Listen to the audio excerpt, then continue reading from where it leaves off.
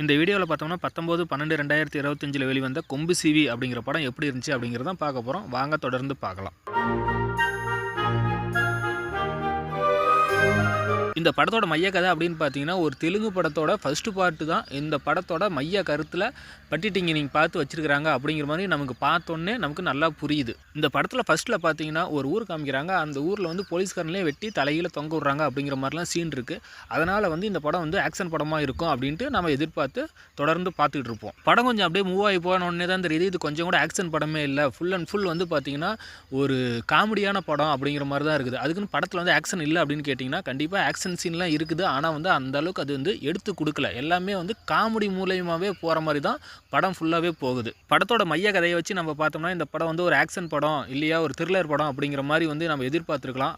ஆனால் வந்து அதோடைய டோட்டலாக வந்து சேஞ்ச் பண்ணி ஏன்டா இந்த படத்துக்கு போனோம் அப்படிங்கிற மாதிரி வந்து ஒரு ஃபீலிங் கொடுக்குற அளவுக்கு காமெடி அமைஞ்சிருந்துச்சு. இந்த படத்தில் ஸ்டார்டிங்கில் பார்த்தீங்கன்னா வைகை டேம் கட்டுறதுக்காக சில ஊர் மக்கள்லாம் வந்து வெளியேற்றி அந்த இடத்துல டேம் கட்டியிருப்பாங்க. அந்த வெளியேற்றின மக்களுக்கு பார்த்தீங்கன்னா இருப்பிடத்தை தந்த அரசாங்கம் வந்து சரியான வந்து உழைப்பிற்கு வந்து இடம் கொடுக்கல அப்படிங்கிறது இவங்களுடைய புகாராக இருக்குது. டேமில் தண்ணி குறைஞ்சா மட்டும்தான் அவங்களுடைய நிலத்தில் போய் வேலை செஞ்சு அவங்களுக்கு சம்பாதிக்க முடியும். இல்லை அப்படிங்கிறப்ப வேறு தொழில் தான் செய்கிற அளவுக்கு அவங்களுடைய வாழ்வாதாரம் வந்து அமைஞ்சிருக்குது. இந்த ஊரில் ரொக்கப்புலி அப்படிங்கிற கேரக்டர் பார்த்தீங்கன்னா கட்ட பஞ்சாயத்து பண்ணிக்கிட்டு சில இல்லீகல் பிஸ்னஸ்லாம் பண்ணிக்கிட்டு ஊரில் வந்து ஒரு பெரிய மனுஷனாக சிலருக்கு வந்து உதவி பண்ணிக்கிட்டு அவர் வந்து ஊரில் வந்து ஒரு மதிப்பு மிக்கவராக இருக்கார்.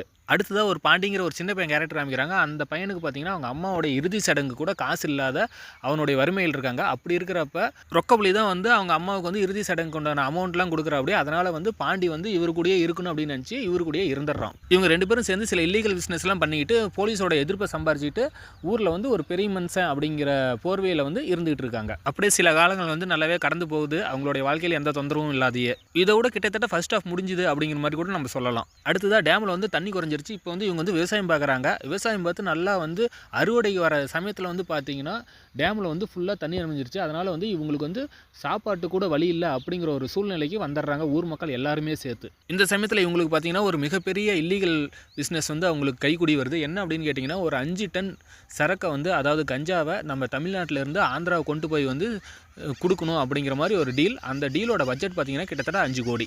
சரக்கு வந்து பத்திரமா ஆந்திராவுக்கு கொடுத்துட்டு திரும்ப வந்து அவங்க பணத்தோட ரிட்டர்ன் எப்படி தமிழ்நாட்டுக்கு வராங்க அப்படிங்கிறது தான் இது மெயினான வந்து செகண்ட் பார்ட்டில் போச்சு.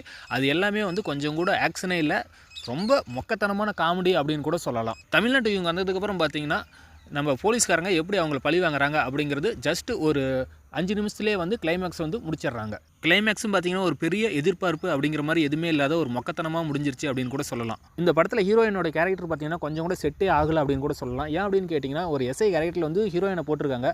அந்த கேரக்டருக்கும் ஹீரோயினுக்கும் கொஞ்சம் கூட லுக் வைஸ் எதுவுமே வந்து செட் ஆகலை அப்படிங்கிற மாதிரி சொல்லலாம். இந்த படத்தில் போலீஸ்காரங்களை காட்டுறாங்க. அவங்க எல்லாமே வந்து பார்த்திங்கன்னா ஒரு டம்மி பீஸ், ஒரு காமெடி போலீஸ் அப்படிங்கிற மாதிரியே தான் ஒரு சித்தரித்து காமிச்சிருக்கிற மாதிரி ஒரு ஃபீலிங் இருக்குது. இந்த படத்தில் பார்த்திங்கன்னா emotion scene plus love scene வந்து இந்த படத்தில் எந்த விதமான தாக்கத்தையும் ஏற்படுத்தலை அப்படிங்கிற மாதிரி சொல்லலாம். ஆனால் எமோஷன் சீன் கிட்டத்தட்ட ஒரு 5-6 இடத்துல வருது. ஆனால் வந்து படத்தில் அதோடைய தாக்கம் வந்து இல்லவே இல்லை அப்படிங்கிற மாதிரி கூட சொல்லலாம். இப்போ ரீசெண்ட் டைமில் பார்த்திங்கன்னா பழைய பாட்டை வந்து ஒரு 2-3 லைன் வந்து புது படத்தில் இணைச்சி அந்த பாட்டை வந்து ஹிட் பண்ணியிருப்பாங்க. அதே மாதிரி இந்த படத்துலேயும் வந்து நடந்திருக்குது.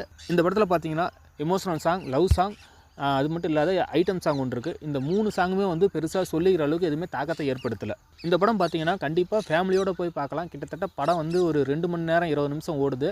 ஆனால் அந்த 2 மணி நேரம் 20 நிமிஷத்துலேயும் வந்து எதுவும் மேக்ஸிமம் கிளாமர் அந்த மாதிரி பேட் வேர்ட்ஸ் எதுவுமே இல்லாத ஓரளவுக்கு ஃபேமிலிக்கு உண்டான படமாக இந்த படம் அமைஞ்சிருக்குது அப்படிங்கிறதுல மாற்று கருத்து இல்லை. நன்றி, வணக்கம்.